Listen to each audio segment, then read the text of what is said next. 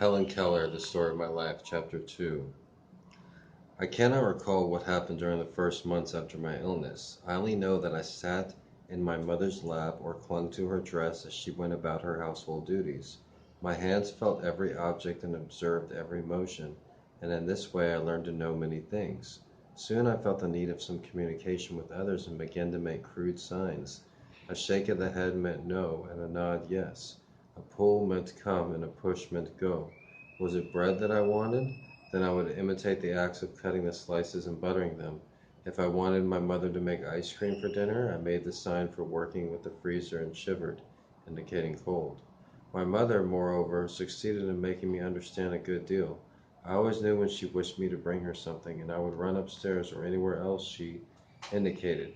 Indeed, I owe to her loving wisdom all that was bright and good in my long night. I understood a good deal of what was going on about me. At 5, I learned to fold and put away the clean clothes when they were brought in from the laundry, and I distinguished my own from the rest. I knew by the way my mother and aunt dressed when they were going out, and I invariably begged to go with them. I was always sent for when there was company, and when the guests took their leave, I waved my hand to them. I think with a vague remembrance of the meaning of the gesture. One day some gentleman called on my mother, and I felt like the shutting of the front door and other sounds that indicated their arrival. On a sudden thought, I ran upstairs before anyone could stop me to put on my idea of a company dress. Standing before the mirror, as I had seen others do, I anointed my head with oil and covered my face thickly with powder. Then I pinned a veil over my head so that it covered my face and fell in folds down to my shoulders, and tied an enormous bustle around my small waist so that it dangled behind, almost meeting the hem of my skirt. Thus attired, I went down to help and entertain the company. I do not remember when I first realized that I was different from other people, but I know it was before my teacher came to me. I had noticed that my mother and my friends did not use signs as I did when they wanted anything done, but talked with their mouths. Sometimes I stood between two persons who were conversing and touched their lips. I could not understand. It was vexed. I moved my lips and gestured frantically without result. This made me so angry at times that I kicked and screamed until I was exhausted. I think I knew when I was naughty, for I knew that it hurt Ella, my nurse, to kick her, and when my fit of temper was over, I had a feeling akin to regret. But I cannot remember any instance of which this feeling prevented me from repeating the naughtiness when I failed to get what I wanted. In those days, a little colored girl, Martha Washington, the child of our cook, and Belle, an old setter and a great hunter in her day, were my constant companions. Martha Washington understood my signs, and I seldom had any difficulty in making her do just as I wished. It pleased me to domineer over her, and she generally submitted to my tyranny rather than risk a hand-to-hand encounter. I was strong, active, indifferent to consequences. I knew my own mind well enough and always had my own way, even if I had to fight tooth and nail for it. We spent a great deal of time in the kitchen, kneading dough balls, helping make ice cream, grinding coffee, twirling over the cake bowl, and feeding the hens and turkeys that swarmed around the kitchen steps. Many of them were so tame that they would eat from my hand and let me feed them. One big gobbler snatched a tomato from me one day and ran away with it. Inspired, perhaps, by Master Gobbler's success, we carried off to the woodpile a cake which the cook had just frosted, and ate every bit of it. I was quite ill afterward. I wonder if retribution also overtook the turkey.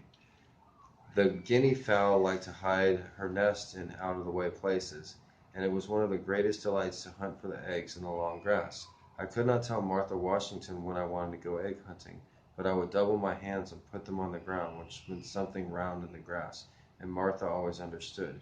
When we were fortunate enough to find a nest, I never allowed her to carry the eggs home, making her understand by empathetic signs that she might fall and break them. The sheds where the corn was stored, the stable where the horses were kept, and the yard where the cows were milked morning and evening were unfailing sources of interest to Martha and me. The milkers would let me keep my hands on the cows while they milked, and I often got well switched by the cow for curiosity. The making ready for Christmas was always a delight to me.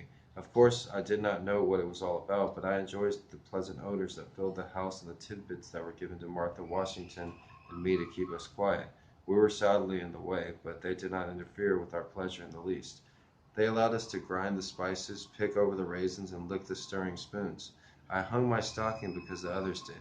I cannot remember, however, that the ceremony interested me, especially nor did my curiosity cause me to wait before daylight to look for my gifts. Martha Washington had as great a love of mischief as I. Two little children were seated on the veranda steps one hot July afternoon. One was black as ebony, with little bunches of fuzzy hair tied with shoestrings sticking all out of her head like corkscrews. The other was white, with long golden curls. One child was 6 years old, the other 2 or 3 years old. The younger child was blind, that was I, and the older child was Martha Washington. We were busy cutting out paper dolls, but we soon wearied of this amusement, and after cutting up our shoestrings and clipping all the leaves of the honeysuckle that were within reach, I turned my attention to Martha's corkscrews. She objected at first, but finally submitted, thinking that turn and turn about is fair play. She seized the scissors and cut off one of my curls, and would have cut them all off but my mother's timely interference. Belle, our dog, my other companion, was old and lazy and liked to sleep by the open fire rather than to romp with me. I tried hard to teach her my sign language, but she was dull and inattentive. She sometimes started and quivered with excitement, then she became perfectly rigid as dogs do when they point at a bird. I did not know why Belle acted this way, but I knew she was doing as I wished. This vexed me, and the lesson always ended in a one-sided boxing match. Belle would get up, stretch herself lazily, give one or two contemptuous sniffs, go to the opposite side of the hearth, and lie down again. And I, wearied and disappointed, would off in search of Martha. Many incidents of those early years are fixed in my memory, isolated but clear and distinct, making the sense of that silent, aimless, dayless life all the more intense. One day I happened to spill water on my apron, and I spread it out to dry before the fire which was flickering on the sitting room hearth. The apron did not dry quickly enough to suit me, so I drew nearer and threw it right over the hot ashes. The fire leaped into life, the flames encircled me so that in a moment my clothes were blazing. I made a terrified noise that brought Vinnie, my old nurse, to the rescue. Throwing a blanket over me, she almost suffocated me, but she put out the fire. Except for my hands and hair, I was not badly burned. About this time I found out the use of a key. One morning I locked my mother up in the pantry when she was obliged to remain 3 hours, as the servants were in a detached part of the house.